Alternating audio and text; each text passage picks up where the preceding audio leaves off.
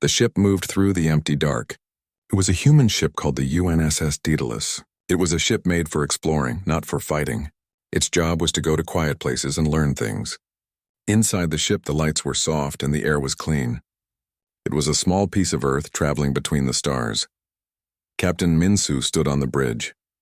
This was the control room of the ship. He looked at the main screen, which showed a field of stars. He was a calm man. He had seen many strange things in space. But today his face was serious. A quiet beeping sound filled the bridge. It was a distress signal. It was a call for help. The signal was weak and it kept repeating. It was not a human signal. The computer said it came from a species called the Cathar. The Cathar were a powerful alien race. They were known for being proud and strong. They were not known for asking for help. "Can we locate the source?" Minsu asked. His voice was low and steady. A woman at a control station nodded. "Yes, Captain. The coordinates are locked. It's in a binary system, 2 suns. No planets, just wreckage," Minsu thought for a moment. A Cathar distress call was a complicated thing. Helping them could be good. It could make friends. Or it could be a problem. The Cathar might not want to be helped. They might see it as an insult. "Take us there," the captain said, but slowly. "Let's be careful." The Daedalus moved forward. The stars on the screen blurred as the ship flew faster than light. Then everything slowed down. The ship arrived. The main screen showed the binary system. 2 suns, 1 orange and 1 white, burned in the distance. And right in front of the ship was the source of the signal. It was the broken body of a massive Cathar warship. It was not like the human ship. It was all sharp angles and dark metal. It looked like a beast made of knives and stone. Now it was a dead beast. Large holes were torn in its side. Pieces of metal floated away from it, turning slowly in the light from the 2 suns. It was a sad and silent sight. On the bridge, everyone was quiet. They all looked at the wreckage. "Life signs?" Minsu asked. The scan officer worked at his console. His name was Jay. He was also the chief of security. He was a man who saw danger first. "The radiation levels are high. The structure is unstable. It's a mess, sir." He looked at his screen again. "Wait, I'm reading one. 1 single life sign. It's very faint. It's deep inside the ship, 1 life. A single person left alive in all that destruction." Minsu made his decision. "Prepare a rescue team. Small team. 2 people. Ji-hyun and you, Jay." Jay looked up surprised. "Captain, with respect, this is a big risk. We don't know what happened here. It could be a trap. The Cathar are not our friends. Our orders are to observe, not to get involved." "I know our orders, Jay," Minsu said. "But there is 1 life in there. We are humans. We do not ignore a call for help. Ji-hyun is our best xenobiologist. She understands aliens. You will go to keep her safe." "That is your job," Jay nodded. He did not look happy, but he would follow orders. In the preparation room, Ji-hyun was getting ready. She put on her environment suit. It was a strong white suit with a clear helmet. She checked the oxygen tanks. She was a calm person with kind eyes. Her job was to study alien life. She believed that all life was valuable. To find 1 survivor in such a place was a small miracle. She wanted to save that miracle. Jay came in and started putting on his own suit. "This is a bad idea," he said. His voice was muffled as he pulled on the top part. "We are walking into a Cathar war tomb. They are proud people. They might see us as grave robbers." "We are not robbing," Ji-hyun said softly. "We are answering a call. There is a child of someone in there. A mother or a father would want them to be saved." "We don't know if it's a child," Jay said. "We only know it's a life sign. It could be a soldier. It could be dangerous." Ji-hyun just smiled a little. "Then it is good you are coming with me." Soon they were both in a small shuttle. The shuttle left the Daedalus and flew toward the wreckage. The broken alien ship got bigger and bigger in the front window. It was huge. It made their shuttle look like a tiny bug. The shuttle found a large hole in the side of the Cathar ship and flew inside. They landed in a big dark hallway. Jay and Ji-hyun stepped out. The lights on their helmets cut through the darkness. The gravity was gone. They floated slightly. The air was very cold. Their suit computers said there was no breathable air. They moved carefully. The hallway was full of floating objects. Tools, pieces of metal, and other things they did not recognize. They also saw the crew. The Cathar were large aliens. They had thick, scaly skin and strong bodies. They looked like they could be very strong. But now they were frozen and still, floating in the silence of their dead ship. Ji-hyun felt a deep sadness. So much life gone. They followed the signal on Jay's scanner. It led them deeper into the ship. They had to push through broken doors and move around fallen beams. The further they went, the more damage they saw. This ship had died a violent death. Finally, they came to a room that looked like a medical bay. There were strange beds and machines on the walls. And in the middle of the room, a heavy metal beam had fallen from the ceiling. Under the beam, something was moving. Jay raised his weapon. There. The life sign is coming from there. Ji-hyun moved forward. She pointed her light at the space under the beam. It was not a soldier. It was a child. The alien child was small. Its skin was a softer version of the scaly skin of the adults. It had large, dark eyes that were wide with fear. It was trying to breathe, but its chest was moving in a bad way. Each breath was a loud wheezing sound. It was a terrible sound. The child was struggling, trapped and slowly suffocating in the cold, thin air of the dead ship. Jay lowered his weapon. Even he was quiet for a moment. Ji-hyun's scanner beeped. She looked at the reading. Her heart felt cold. The child's atmosphere was gone. It was breathing the wrong air. It had only a few minutes left. We need to get the beam off it, Ji-hyun said, her voice tight. Ji-hyun, Jay said. His voice was hard. Look at your oxygen reading. Ji-hyun looked. Her own oxygen tank was at 50%. It was enough for her to get back to the shuttle. But it was not enough for both of them. There was no time to go back and get another mask. We don't know anything about its biology, Jay continued. Our air could be poison to it. This could be a trick. Our mission was to observe. We have observed. Now we should report back to the captain. Ji-hyun looked at the child. It looked back at her. Its large eyes were full of pain and fear. It was just a child alone and dying. She thought about the rules. She thought about the danger. She thought about her own oxygen. Then she made a choice. She reached up to the clasp on her helmet. There was a hiss of air. Ji-hyun, no, Jay shouted, but it was too late. She lifted the helmet and took off her oxygen mask. The cold, thin air hit her face. It was hard to breathe. She ignored it. She moved quickly. She knelt in front of the wheezing alien child. She gently placed her oxygen mask over the child's face. The loud, painful wheezing stopped. The child took a deep, clean breath. Then another. Its body relaxed. The fear in its big eyes changed to confusion, and then to a slow, dawning trust. It looked at the human who had given it her own air. On the bridge of the Daedalus, Captain Minsu watched the video feed from Ji-hyun's suit. He saw the whole thing. He saw her take off her mask in the deadly air. He saw her give it to the alien child. He saw the child's eyes. He did not know what to say. It was the most brave and the most stupid thing he had ever seen. And he knew at that moment that everything had just changed. The silence in the ruined med bay was now broken by two different sounds. The first was the calm, steady hiss of oxygen flowing into the alien child's lungs. The second was the ragged, shallow breathing of Ji-hyun as she fought to pull enough air from the thin atmosphere. Her head felt light. Each breath was a small effort. She ignored the feeling and focused on the small, scaly face in front of her. The child's large, dark eyes were fixed on her. The panic was gone, replaced by a deep, weary confusion. One of its small, three-fingered hands came up and touched the clear plastic of the mask, then the gloved hand that held it. It did not pull away. It simply held on. Ji-hyun, you have lost your mind, Jay's voice crackled in her ear, tight with anger and disbelief. He was still standing a few meters away, his weapon now pointed at the floor. Your oxygen is gone. You have maybe 10 minutes of useful consciousness in this air. Then you will pass out. Then you will die. Then we should work quickly, Ji-hyun said, her voice already sounding distant to her own ears. She had to concentrate to form the words. Help me move this beam. Jay did not move. He was a security officer. His job was to assess threats and follow protocols. This situation had broken every protocol he knew. This is a massive tactical error. We are now compromised.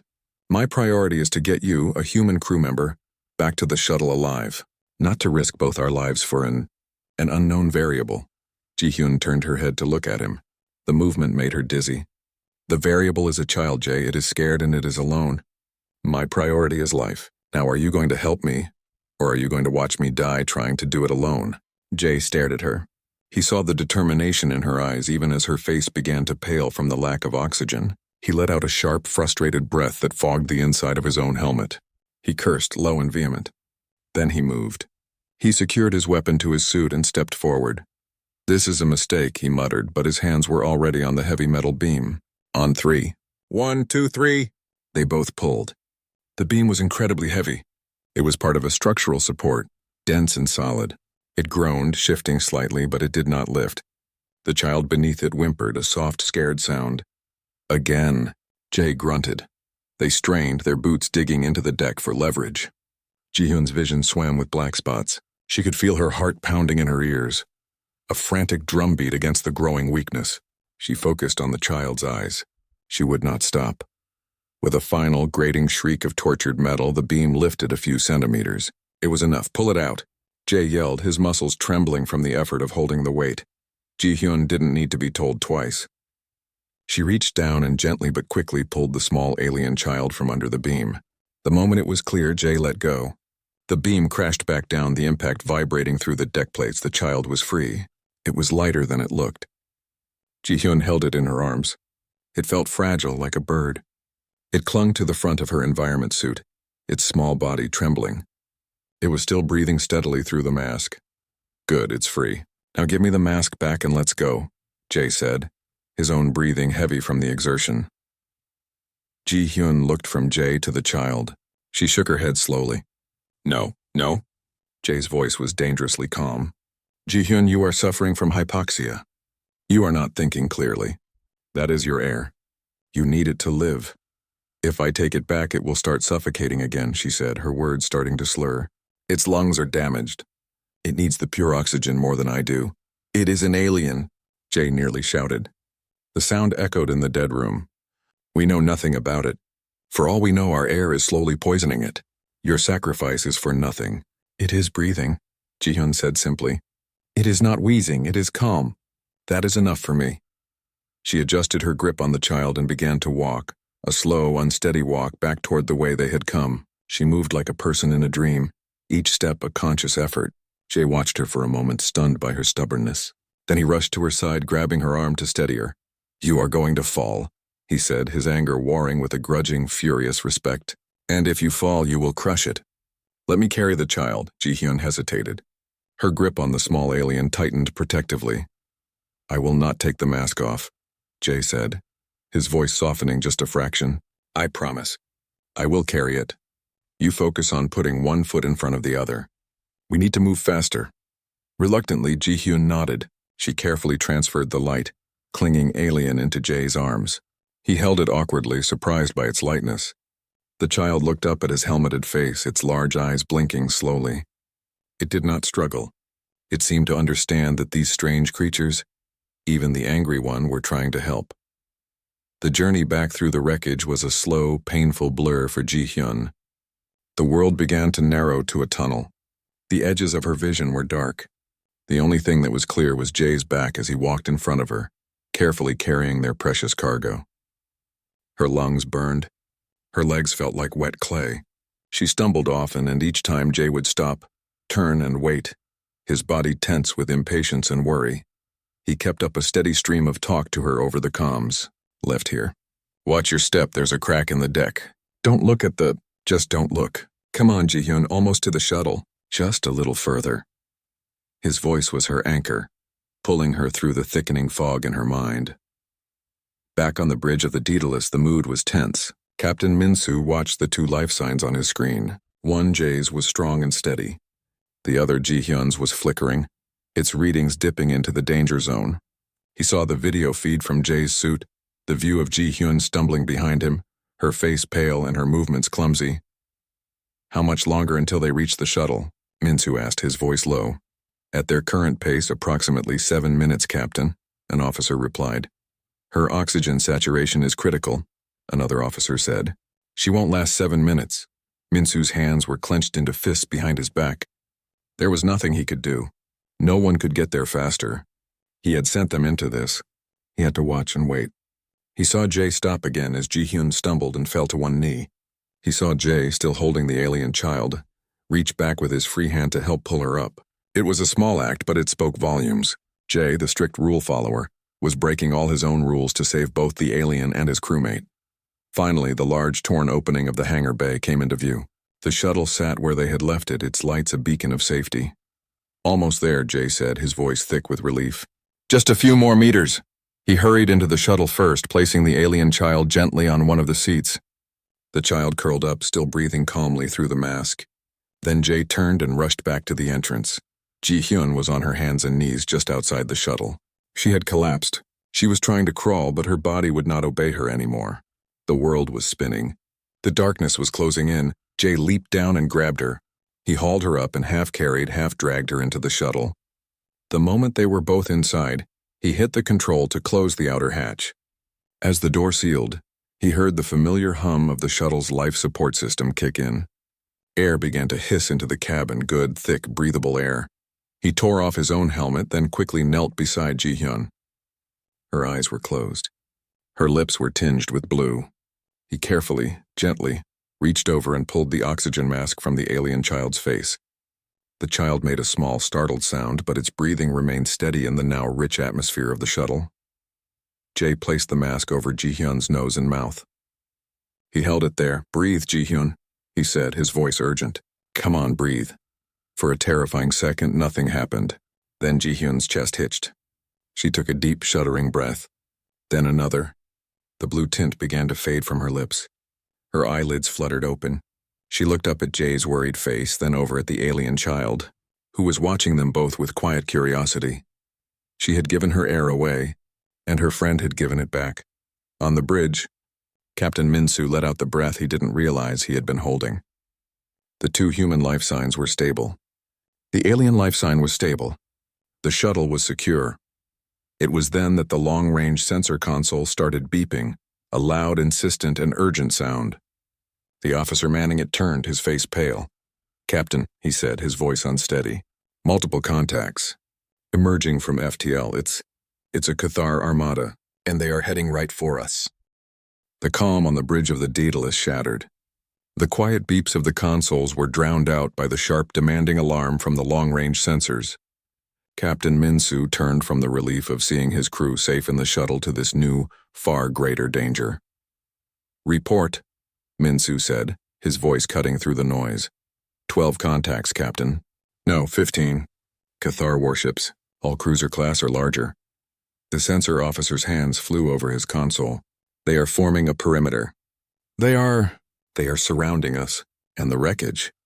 On the main screen, the field of stars began to warp and shimmer. One by one, massive ships dropped out of faster-than-light travel. They were monstrous things, larger and sharper than the dead ship floating nearby. They were all dark metal and jagged edges like floating mountains of weapons. Their arrival was silent, but the threat was deafening. Minsu felt a cold knot form in his stomach. This was the worst-case scenario. Hail them! Open a channel.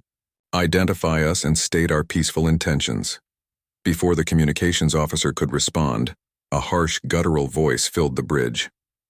It was a language no human had ever heard spoken live, but the ship's computer translated it instantly into cold, hard English.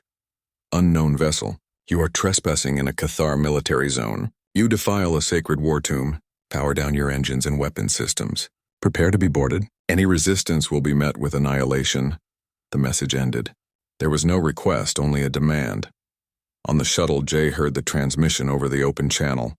He looked from Ji-hyun, who was now sitting up and breathing deeply, to the alien child who was watching them. The child seemed to recognize the voice. It shrank back into the seat, its large eyes filling with a deep, familiar fear. They think we're scavengers, Jay said, his voice low. They think we're here to loot the dead. Ji-hyun pushed herself up, still feeling weak. We have to show them. We have to show them the child. And how do we do that? Jay asked, his frustration returning. They have us surrounded. If we make a sudden move, they will blow this shuttle into dust. Back on the Daedalus, Minsu knew he had to answer. Reply to them. Tell them we are the United Nations starship Daedalus. We responded to a distress beacon. We are on a mission of mercy. The reply from the Cathar flagship was immediate and furious. Mercy? There is no mercy in battle. There is only honor and death. You lie. Your presence is a stain. Power down now. This is your final warning. A new light flashed on the weapons console. Captain, the lead battleship is charging its primary energy weapon. It's targeting our engines. They were out of time. Minsu looked around his bridge. His crew looked back at him, their faces pale but steady. They were explorers, not soldiers. They would die here in the dark, for an act of kindness. Shields to maximum.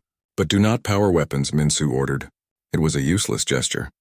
Their shields might stop a few shots from a small ship. Against a Cathar battleship, they were paper. In the shuttle, Ji-hyun listened to the exchange.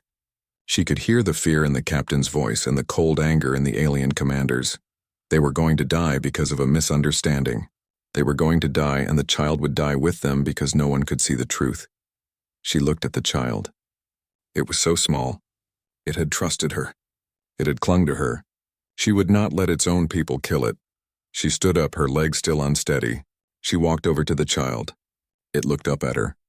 She reached down and gently smoothed the soft scales on its head. It leaned into her touch. Then she turned to the shuttle's control panel. Ji-hyun, what are you doing? Jay asked, stepping toward her. What we should have done from the start, she said quietly. We have to make them see. Her fingers moved over the console. She bypassed the standard communication protocols. She opened a direct video-only channel. She patched it through to the Cathar flagship on the same frequency they were using to threaten the Daedalus. She did not ask for permission. She did not identify herself. She simply turned on the camera. On the bridge of the Cathar flagship, the War Master watched the human vessel on his screen. It was small and weak. Its refusal to surrender was an insult. He was about to give the order to fire when a new image flickered onto his main viewer. It was not the face of the human captain. It was a different feed. It showed a small enclosed space. A human female, her face pale and streaked with sweat, was kneeling. She was not looking at the camera. She was looking down at something.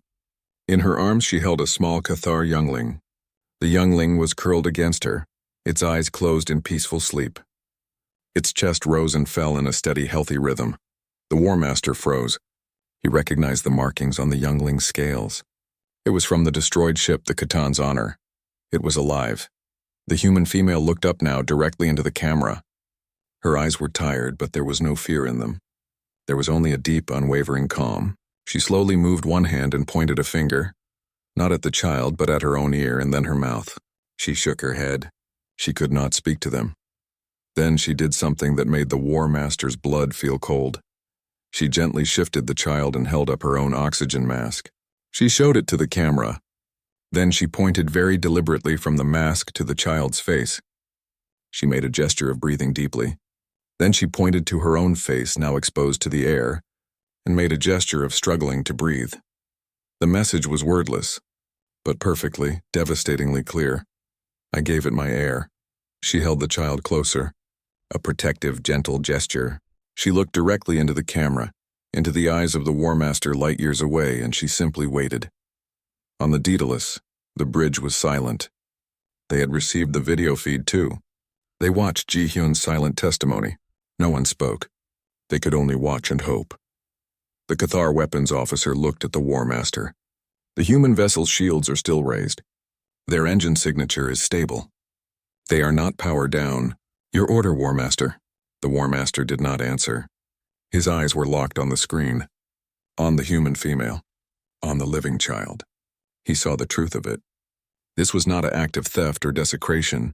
This was an act of something else. Something his people had no word for. A strength that had nothing to do with power or weapons. A strength that gave its own breath to save another. He saw the human's pale face. He saw the trust of the child in its sleep. He saw the absolute lack of fear. He had faced countless enemies. He had led fleets into battle. He had never been disarmed before. He had never been defeated by a single silent act. He stood there for a long time, the entire bridge crew watching him. The guttural order to fire was on his tongue.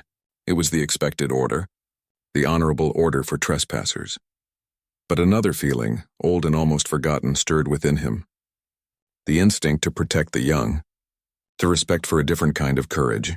He looked away from the screen and toward his weapons officer. Stand down, the War Master said, his voice a low rumble. Power down all weapons. All ships. The weapons officer stared, confused. War Master? You heard my order. The War Master roared, the sound shaking the bridge. Power them down now! Across the Cathar Armada, the crews were confused, but they obeyed. The menacing glow of powered weapon systems faded. The targeting locks on the Daedalus disengaged. On the human ship, the weapons officer stared at his screen in disbelief. "Captain, the Cathar ships, they are standing down. Their weapons are going offline." A collective breath was released on the bridge. They were not going to die, but it wasn't over. The War Master opened a channel again. His voice was different now. The fury was gone. It was heavy with something that sounded like awe and shame. "Human vessel Daedalus," the voice came, now translated without the threat. "You have shown us something." He paused, as if searching for a word that did not exist in his language. "You carry a child of the Cathar. You have protected it. You have given it life when we only expected to find death." Another long pause. We wish to see it." The silence on the bridge of the Daedalus was now filled with a tense, fragile hope. The Cathar warships hung in the void, their weapons dark, but their presence was still immense and intimidating. The demand, or perhaps it was a request, hung in the air. "We wish to see it." Captain Minsu looked at the faces of his crew. They were all looking back at him, waiting for his decision. He knew this was the most critical moment. One wrong move, one misunderstood signal, and the fragile piece would shatter. "Shuttle 1, do you copy?" Minsu said, his voice calm but firm over the comms. In the shuttle, Jay responded, "We copy, Captain. The Cathar have requested to see the child. They have stood down, but the situation is extremely delicate. I need you and Ji-hyun to bring the child to our main hangar bay. We will extend the docking tube. Do not, under any circumstances, separate the child from Ji-hyun. She is the one they saw. She is the key to this." Jay looked at Ji-hyun. She was still pale, but her eyes were clear and determined. She nodded slowly. "We understand, Captain." The flight from the wreckage to the Daedalus was the shortest and longest journey of Jay's life. He piloted the shuttle with a slow, deliberate care, as if moving through a field of sleeping giants. Through the viewport, he could see the massive Cathar battleships. They were like dark cliffs, and his shuttle was a tiny boat drifting between them. He half expected a weapon to light up at any second, but nothing happened. The alien fleet remained silent and still. Inside the Daedalus, the main hangar bay was prepared. The crew stood ready, but they had no weapons. Captain Minsu had ordered it. This was not a military operation. It was a meeting, a display of trust, however dangerous it might be. The shuttle glided smoothly into the hangar and settled onto the deck with a soft thud. The large outer door slid closed, and the room filled with the sound of the atmosphere being normalized. The inner door hissed open. Ji-hyun stood up. She felt a wave of dizziness, but pushed it down. The alien child was awake now. It seemed to sense the change. It clung to her leg, its small hand holding onto the fabric of her suit. She bent down and gently picked it up. It settled into her arms, its head resting on her shoulder. It was still breathing easily in the ship's air. Jay stood beside her, his posture rigid. He felt naked without a weapon. His job was to protect the crew, and right now that meant walking into a room with a potential enemy, completely unarmed. "Ready?" Ji-hyun asked him softly. "No," Jay said honestly, "but let's go." They walked out of the shuttle and into the hangar bay. Captain Minsu and a small group of officers were waiting for them, but all eyes were on the large airlock on the far side of the hangar. This was where the docking tube would connect if another ship wanted to come aboard. A light above the airlock began to flash. "Incoming docking request from the Cathar flagship," a voice said over the hangar intercom. "They are sending a single shuttle." Minsu took a deep breath. "Grant permission." They watched as a long, articulated docking tube extended from the Daedalus and connected with the Cathar shuttle with a solid metallic clang. The sound echoed in the silent hangar. A moment later, the airlock door on their side slid open. A figure stood in the doorway. It was a Cathar warrior, larger than any they had seen in the wreckage. He was immense. His scaly hide a mosaic of dark greens and grays, covered in scars and what looked like ceremonial metal plates. He had to duck his head to step through the doorway. His presence filled the room. He was followed by two slightly smaller Cathar, who stood rigidly behind him, their eyes scanning the environment with cold efficiency. This was the War Master. He stopped a few meters from the human group. His eyes, dark and intelligent, swept over them, dismissing the captain and the security officer instantly. They found what they were looking for. The human female, and the child in her arms. For a long moment no one moved. No one spoke. The only sound was the hum of the ship's systems. The War Master took a step forward. Jay instinctively shifted his weight, ready to put himself between the alien and Ji-hyun, but Min-soo put a subtle hand on his arm, stopping him. The Cathar leader ignored them. His entire focus was on the child. He moved closer, his movements surprisingly quiet for his size. He stopped in front of Ji-hyun. Ji-hyun's heart was pounding. The alien was terrifying up close. He smelled of ozone and cold metal. She could see the fine details of his scars, the power in his thick neck. She forced herself to stand still to meet his gaze. The child in her arms stirred. It lifted its head from her shoulder and saw the War Master. Instead of fear, a soft chirping sound came from it. It was a sound of recognition. The War Master's stern expression did not change, but something in his eyes shifted. The hard military glare softened just a little. He slowly, carefully reached out a massive, clawed hand. Ji-hyun held her breath. She did not pull away. The War Master did not touch the child. Instead, his claw gently touched the oxygen mask that was still clipped to Ji-hyun's suit, right next to where the child's head rested. He looked from the mask to Ji-hyun's face. He saw the lingering pallor, the traces of her own struggle to breathe. He made a low, rumbling sound in his chest. It was not a growl of anger. It was something deeper, more contemplative. He then looked at the child again. He spoke a single guttural word. It was a name. The child chirped again, more brightly this time, and reached a small three-fingered hand toward the War Master. The massive alien slowly retracted his claw. He turned his head and looked directly at Captain Min-soo. "The youngling is of my line," the War Master said, the translator conveying the weight of the words. "The child of my brother who commanded the Khatan's honor." A ripple of understanding went through the human crew. This was not just any child. This was family. "We thought all were lost," the War Master continued, his voice low. "We came to mourn our dead and reclaim their honor. We did not come to find life." He looked back at Ji-hyun. "You risked your own life. You gave your breath." He seemed to struggle with the concept. "For a child not of your kind." Why, all eyes turned to Ji-hyun. She looked at the fearsome alien commander, then down at the small, trusting face of the child. She thought for a moment, searching for the right words. "It was the only thing to do," she said, her voice quiet but clear in the silent hangar. It was a child. It was alone. It needed help. She looked back at the War Master. Anyone would have done the same. The War Master was silent for a long time. He looked at the humans around him. He saw their lack of weapons. He saw the truth in the woman's eyes. He saw the child, alive and well, held safely in the arms of an enemy. "No," the War Master said finally, the word heavy with a new understanding. "Not anyone. Not us." He took a step back, his posture straightening into one of formal military bearing. He looked at Captain Min-soo. "Your species is a puzzle," he stated. "You are physically weak. Your technology is simple, but you possess a strength my people have forgotten."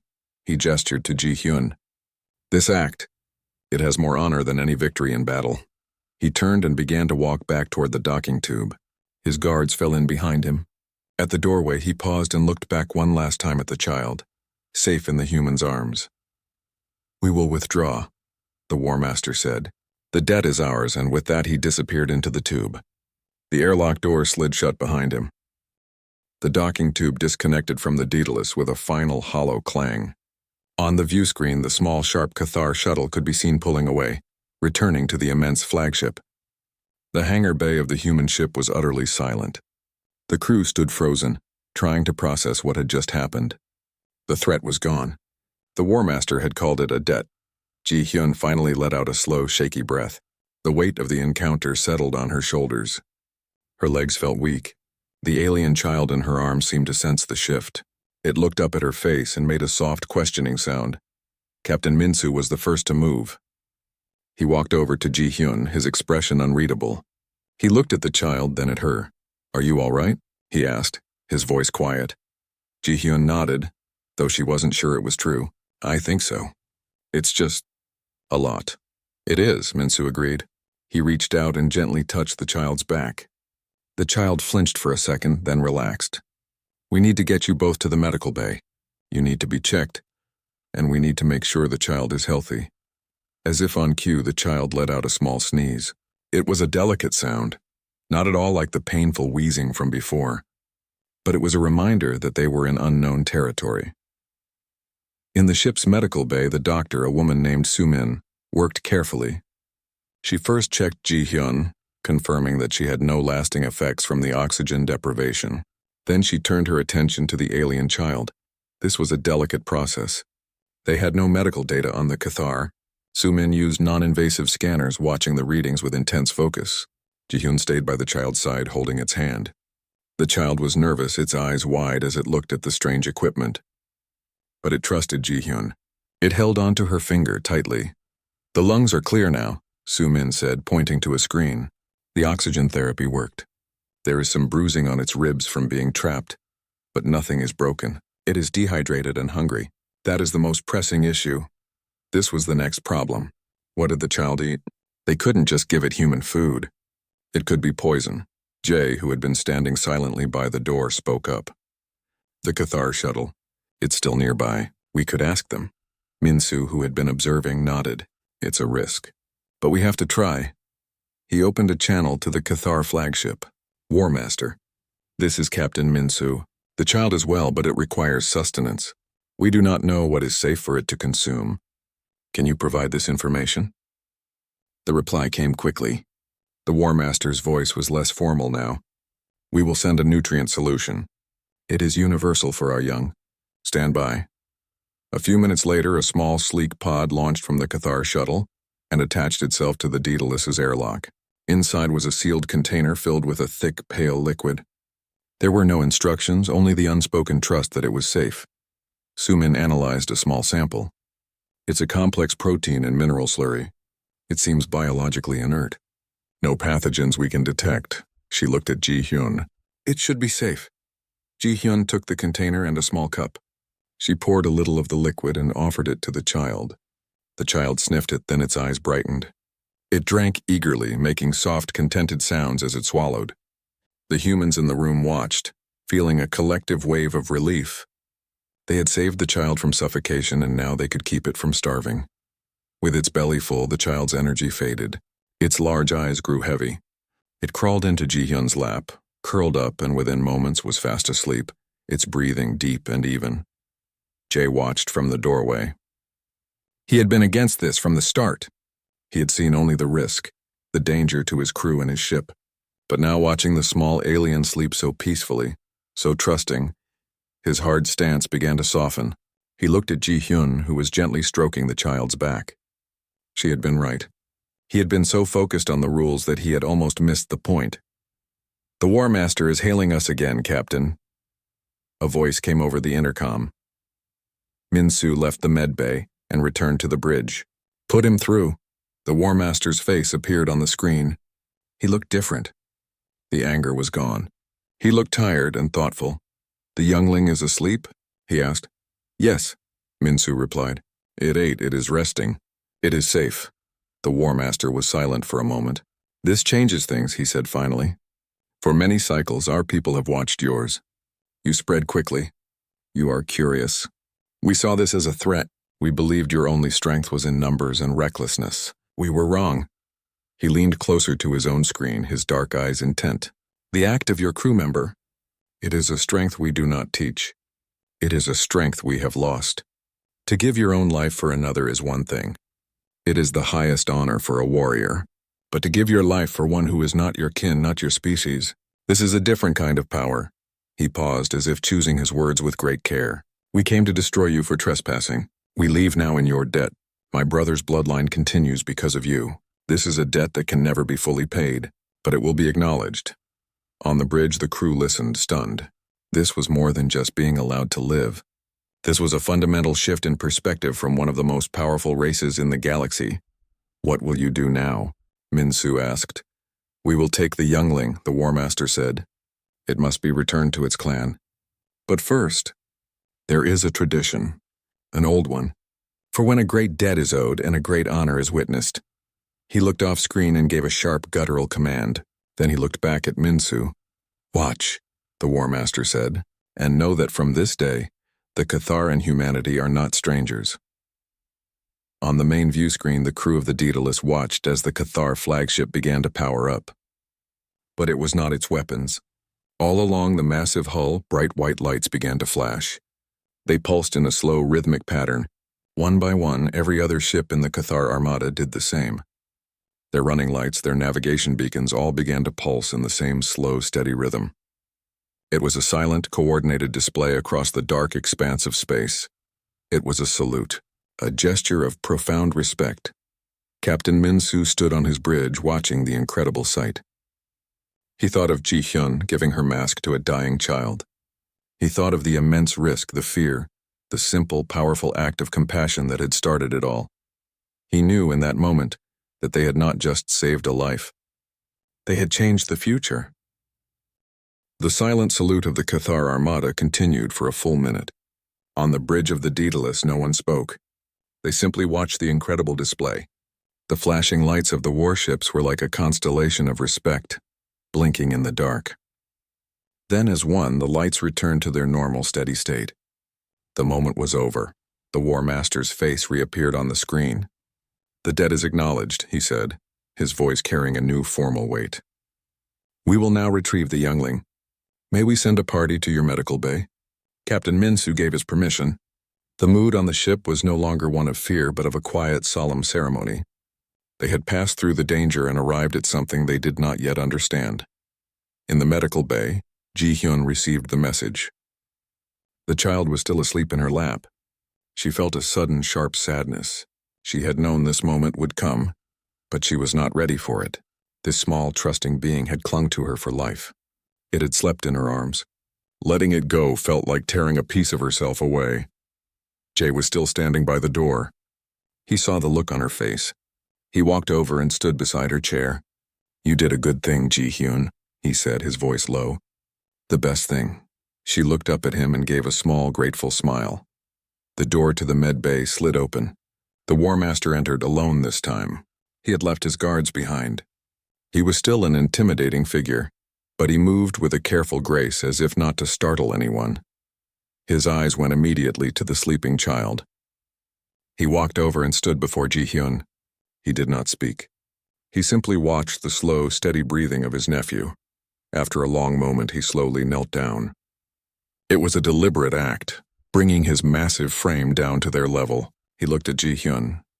"You have my thanks," he said, the words sounding strange and formal but deeply sincere. "And the thanks of my clan. His name is Kryn. You have returned him to us." Ji-hyun looked down at the sleeping child. Kryn. He had a name. She gently smoothed the soft scales on his head one last time. "He is a brave child," she whispered. The War Master gave a slow, single nod. He then reached out his large, clawed hands, open and waiting. Ji-hyun's arms tightened around Kryn for a second. It was an instinct she couldn't control. Then, with a deep breath, she carefully lifted the sleeping child and placed him into his uncle's waiting hands. The War Master cradled the small form with a surprising tenderness. He stood up, holding Kryn securely against his chest. The child stirred, mumbled something in his sleep, and then settled again, trusting the familiar strength of his own kind. The War Master looked at Ji-hyun, then at Jae, and then at Dr. Su-min. "The Cathar do not forget," he said. "We will remember the Daedalus. We will remember the humans who gave breath." He turned and walked out of the medical bay, carrying the future of his brother's line home. The departure of the Cathar Armada was as swift and silent as its arrival. One by one, the massive warships turned and jumped into faster-than-light travel, their shapes stretching into streaks of light before vanishing. Soon only the wreckage of the Catan's honor remained, a silent tomb now holding a different story. On the Daedalus, the crew returned to their duties, but the ship felt different. The air was lighter. People talked in hushed, excited tones. They had faced death and not just survived. They had made a connection. A few days later, the Daedalus was on its way back to human space. Captain Min-Su sat in his ready room, composing his report. It was the most difficult thing he had ever written. How could he explain what had happened? How could he describe the salute of an alien armada? He knew that some people would not believe it. They would see only the broken rules, the terrible risks. There was a chime at his door. "Enter." Ji-hyun stepped inside. She looked tired but peaceful. "Captain," she said, I wanted to. I don't know. Report. Minsu gestured for her to sit. There is no report needed, Ji-hyun. Your actions speak for themselves. I broke a lot of protocols, she said, looking down at her hands. I put the ship in danger. You did, Minsu agreed calmly. And you also saved us. You showed them who we are, not as soldiers or as conquerors, but as people. You showed them compassion, and it was a strength they could not defeat. He leaned forward. The galaxy is a big and often scary place, Ji-hyun. We go out there with our rules and our plans, but sometimes the most important thing is just to do what is right. You reminded all of us of that. Ji-hyun felt a weight lift from her shoulders. She hadn't realized how much she needed to hear that. Later, she was in the ship's garden, a small room with real plants and a view of the stars. Jay found her there. He stood beside her, looking out at the passing stars. I was wrong, he said after a while. I saw a threat. You saw a child. You saw the bigger picture. It's okay, Jay, Ji-hyun said. You were trying to protect us. We need that too. Maybe, he said. But we also need what you did. We need to remember that not every first contact has to be a fight. He gave her a small, rare smile. Next time I'll try to see the child first. Weeks later, the Daedalus arrived at a human outpost. The story had traveled faster than their ship. They were met not as a simple exploration vessel, but as heroes. News networks wanted interviews. Government officials wanted debriefings. But for Ji-hyun, the most important moment came when she was back on Earth, walking in a park. She was looking at the children playing, thinking of a small, scaly child named Kryn, wondering if he was safe, if he was happy. A man approached her. He was from the diplomatic corps. Ms. Ji-hyun, he said, we've received a message. It's for you. From the Cathar. He handed her a data pad. On it was a simple image. It showed the War Master in what looked like a grand hall. And standing beside him, holding his hand, was Kryn. The child looked healthy and strong. He was looking at the camera, and in his other hand he was holding a small crude drawing.